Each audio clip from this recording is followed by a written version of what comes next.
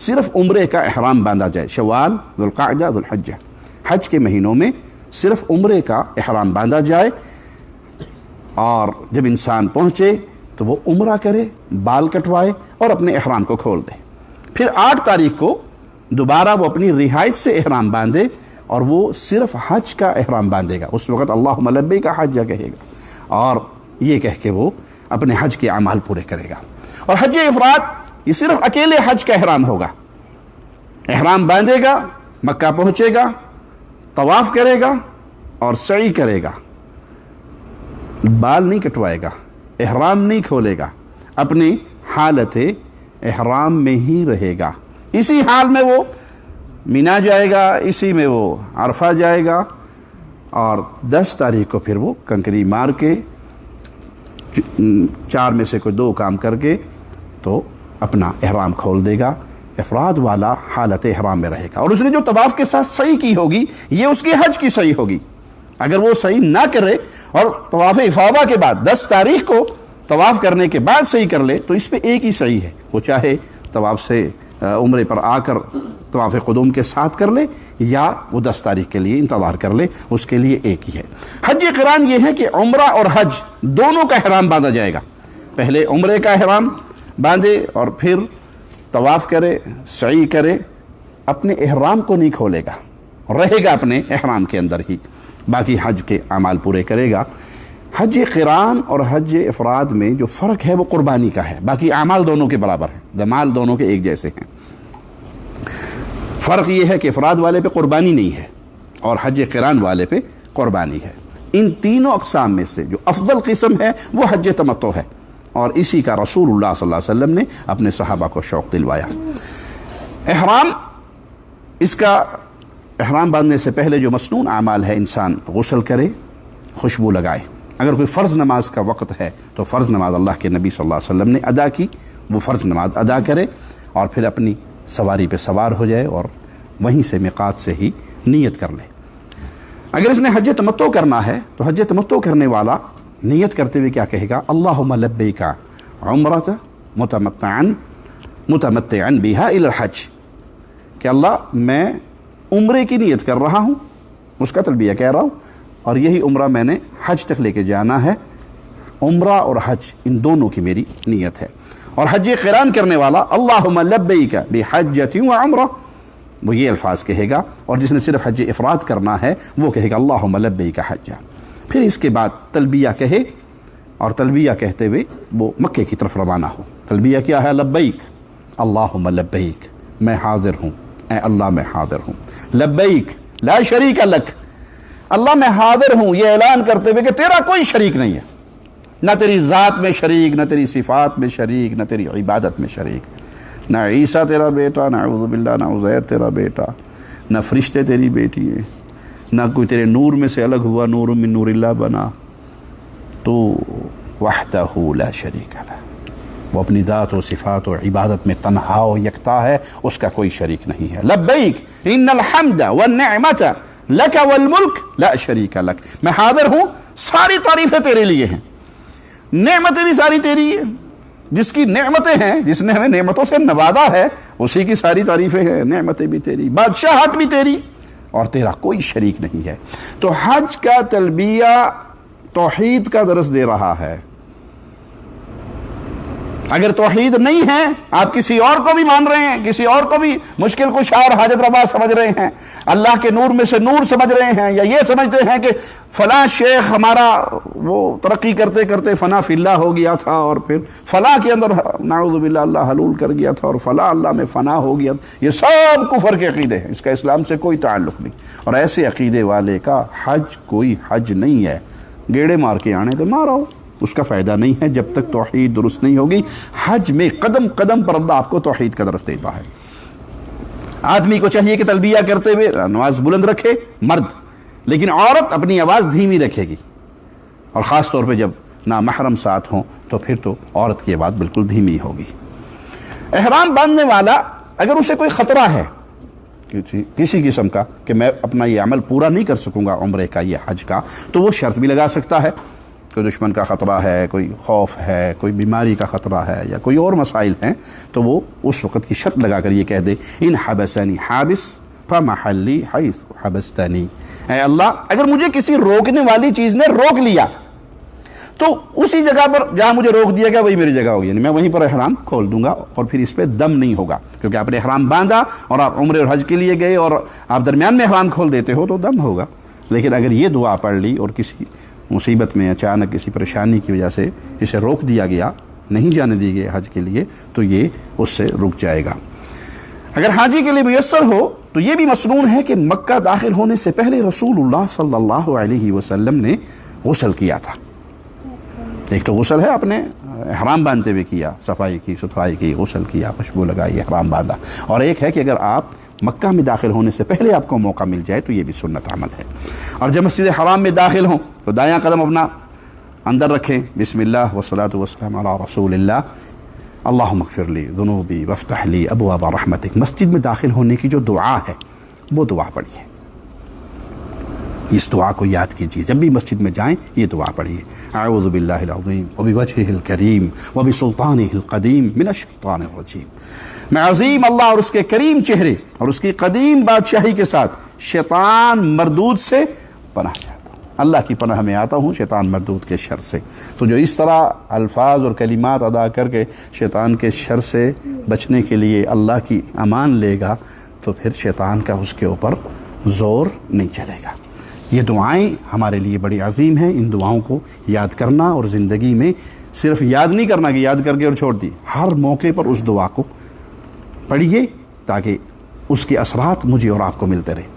پھر طواف کرنے کے لیے حجر اسود کے پاس آئے اور وہاں سے طواف شروع کرے اور اپنے دائیں کندھے کو ننگا کرے۔ یہ دائیں کندھا کب ننگا کرنا ہے؟ اپنے طواف شروع کرتے، بعض لوگ احرام باندھتے ہی دائیں کندھا ان کا ننگا ہو جاتا ہے، اور درمیان میں جتنی نمازیں آتی ہیں وہ نمازیں بھی اسی ننگے کندھے کے ساتھ ادا کی جاتی ہیں۔ یہ غلط ہے، کیونکہ رسول اللہ صلی اللہ علیہ وسلم نے فرمایا جس کے کندھے ننگے ہیں اس کی نماز نہیں ہوتی۔ نماز کے لیے شرط ہے کندھے ڈھانپے جائیں، سر ڈھانپنے کی شرط نہیں ہے، سر ڈھانپنا افضل ہے، باعث اجر ہے، لیکن ننگے سر بھی نماز ہو جائے گی، کندھا ننگا ہوگا تو نماز نہیں ہوگی۔ طواف کیجئے اور طواف کرنے کے بعد پھر 2 رکعت نماز ادا کیجیے۔ وہ ادا تو کرنی ہے مقام ابراہیم پر، لیکن چونکہ رش ہوتا ہے بہت زیادہ، پھر آپ کو جہاں بھی مسجد میں جگہ ملے، اور اس کے بعد سعی کے لیے آپ صفا مروہ پر چلے جائیں۔ حج تمتع کرنے والا عمرے کی سعی کرے گا، لیکن حج افراد اور حج قران کرنے والا شخص حج کی سعی کریں گے، اور اگر چاہیں تو اس سعی کو یہ مؤخر بھی کر سکتے ہیں، طواف افاضہ کے بعد کر سکتے ہیں۔ حج تمتع کرنے والا شخص جب سعی کے 7 چکر مکمل کر چکے گا تو وہ مرد ہیں تو اپنے سر کے بال منڈوائے گا یا کٹوائے گا، دونوں صورتیں درست ہیں، اور اس طرح پھروانے والا، منڈوانے والا، اس کے لیے اللہ کے وسلم کی زیادہ دعائیں ہیں، زیادہ اجر ہے۔ یہاں یہ مسئلہ یاد رکھیں کہ پورے سر کے بال منڈوانے ہیں یا کٹوانے ہیں، دونوں صورتوں میں پورے سر کے بال۔ وہاں جو وہ کینچی لے کے بعض بچے کھڑے ہوتے ہیں 2-2 ریال کے اندر کام کر دیتے ہیں، آپ کا 4 ادھر سے 4 ادھر سے 4 ادھر سے، اس سے وہ واجب ادا نہیں ہوتا۔ اور اگر عورت ہے تو یہ انگلی کی پوری کے برابر اپنی چوٹیا میں سے آخر میں سے وہاں سے اتنے بال کاٹ لے گی۔ پھر یاد رکھیے کہ بال پورے سر کے یا منڈوائے گا یا کٹوائے گا۔ یہ جو چند چٹکیاں کاٹ کے آپ سمجھتے ہیں کہ ہمارا کام ہو گیا، تو کام نہیں ہوا، بلکہ آپ کا وہ واجب رہ گیا۔ ان اعمال کے کرنے سے حج تمتع کرنے والے شخص کا عمرہ مکمل ہو جائے گا، اس کے بعد وہ حلال ہے۔ نارمل جو پابندی احرام کی اس پہ لگی تھی وہ ساری پابندی ختم ہو گئی، اب وہی اعمال کرے گا جو عام مسلمان کے لیے، لباس سلا ہوا پہنے گا، خوشبو لگائے گا، میاں بیوی ہیں تو آپ اس کے تعلقات بھی ان کے لیے جائز ہیں۔ لیکن حج قران اور حج افراد کرنے والا شخص اپنا نہ تو سر منڈوائے گا، نہ بال کٹوائے گا، نہ احرام کھولے گا، وہ اپنے حالت احرام میں ہی رہیں گے، اور اسی حالت احرام میں 8 تاریخ کو وہ مینا کی طرف جائیں گے، اور جب عید والے دن وہ پہلے رمی کر لیں گے، عید والے دن رمی کر لیں گے، رمی کرنے کے بعد کوئی سے بھی 2 کام کرنے کے بعد رمی کر لیں اور بال کٹوا لیں تو پھر ان کا احرام کھل جائے گا۔ پھر 8 تاریخ کو ذو الحجہ کی 8 تاریخ حج تمتع کرنے والا چاشت کے وقت اپنے رہائش سے، جو مکہ میں اس کی رہائش، جو ہوٹل میں اس کی رہائش ہوگی، وہیں سے احرام باندھے گا، اور احرام باندھنے کی وہی مسنون اعمال وہ کرے گا، خوشبو لگائے گا، غسل کرے گا، خوشبو لگائے گا، اپنی صفائی ستھرائی کرے گا، احرام باندھے گا، اور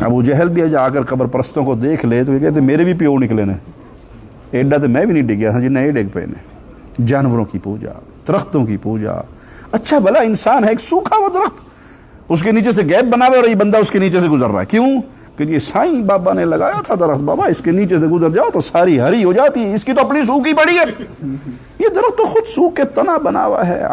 آپ اللہ کے بندے ہو، اللہ سے کوئی تعلق نہیں ہے آپ کا۔ ارے کبھی گدھے کو دیکھا کہ گدھے کے سامنے سجدہ کرتا ہو؟ گدھا گدھے سے فریاد کرتا ہو کبھی دیکھا؟ آپ اشرف المخلوقات ہیں اور اپنے جیسے بندوں کو چھوڑ کر آپ تو کہیں مٹی کے اندر موتی ڈھونڈے جا رہے ہیں پیر لال شہباز کی درگاہ پر، اور کہیں کچھ ہو رہا ہے۔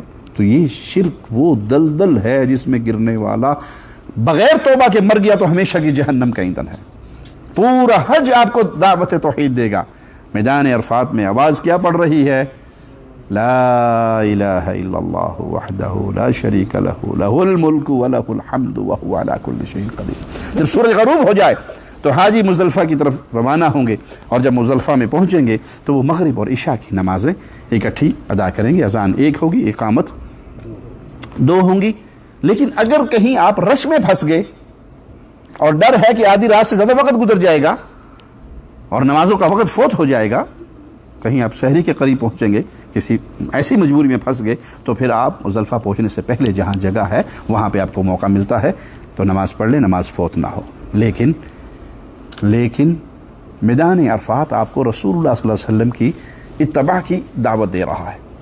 آپ سے پوچھا کہ سب سے افضل عمل کیا ہے؟ آپ نے فرمایا الصلاۃ علی وقتہا۔ نیک اعمال میں سے، افضل اعمال میں سے ایک عمل آپ نے یہ بھی بیان کیا کہ نماز کو وقت پہ ادا کرنا۔ اب عرفہ کے میدان میں سورج غروب ہو گیا، نماز کا ٹائم ہو گیا نا مغرب کا۔ اب کوئی صاحب کہ جی میں تو نماز پڑھے بغیر جاؤں گا نہیں، تو کیونکہ حدیث میں آتا ہے کہ جب افضل عمل وقت پہ نماز پڑھنا ہے، تو اسے کیا جواب ملے گا کہ آج امام کائنات نے مغرب کی نماز میدان عرفات میں نہیں ادا کی، مزدلفہ میں جا کے ادا کی۔ تو بھائی جب اللہ کے نبی صلی اللہ علیہ وسلم نماز ادا کریں تو نماز ادا کرنا دین ہے، اور اگر آپ نماز کو تاخیر سے ادا کریں، اس جگہ کو چھوڑ کے ادا کریں، تو اس دن اس وقت کو چھوڑنا، اس جگہ کو چھوڑنا اور نماز کو تاخیر سے ادا کرنا یہ دین ہے۔ تو دین نام ہے اتباع رسالت کا، اپنی مرضی کا نام نہیں ہے۔ مگر نہ میدان عرفات میں اذان ہونے کے بعد سب مسلمانوں کو نماز پڑھنی چاہیے نا، اذان ہوئی تو نماز حی علی الصلاۃ تو کہا گیا۔ لیکن آج رسول اللہ صلی اللہ علیہ وسلم نے میدان عرفات میں مغرب نہیں پڑھی، تو نہ پڑھنا دین ہوگا۔ تو دین نام ہے فقط اتباع رسالت کا، جو اللہ نے کہا اور جو اس کے رسول صلی اللہ علیہ وسلم نے کہا اس پہ عمل کرنا، یہی دین ہے۔ رات مزدلفہ کے اندر گزاریں گے، اور جب فجر طلوع ہو تو اول وقت میں ہی اذان اور اقامت کے بعد باجماعت نماز ادا کریں، پھر مشعر حرام کی جگہ جہاں اس وقت مسجد بن چکی ہے وہاں پہنچ جائیں۔ اگر وہاں نہیں پہنچ سکتے تو جہاں ہیں، جس جگہ پر ہیں وہیں پر رہیں اور کثرت سے دعائیں کریں۔ یہ دعا مانگنے کا وقت ہے، کثرت سے اللہ کے سامنے فریادیں کریں، دعائیں کریں۔ اللہ سے دعا ہے اللہ ہمارے حال پہ رحم فرمائے، اللہ ہمارے گناہوں کو معاف فرمائے، اللہ حج کے لیے آنے والے اہل ایمان اہل اسلام کی حفاظت فرمائے، اللہ بلاد حرمین کی حفاظت فرمائے، اللہ اس سعودی حکومت کو جزائے خیر دے جو اللہ کے گھر کی طرف آنے والوں کی خدمت میں کوئی کسر نہیں چھوڑتے۔ اللہ ان کو اپنی حفاظت میں رکھ، اللہ اس پیارے دیس کی حفاظت فرما، شریروں کے شر، ظالموں کے ظلم، حاسدوں کے حسد سے بلاد حرمین کو محفوظ فرما۔